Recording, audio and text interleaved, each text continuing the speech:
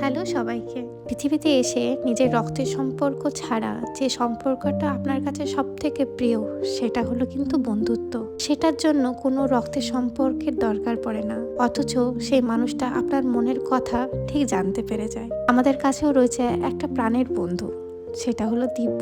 আজ তারই জন্মদিন, এসেছি তার বাড়ি।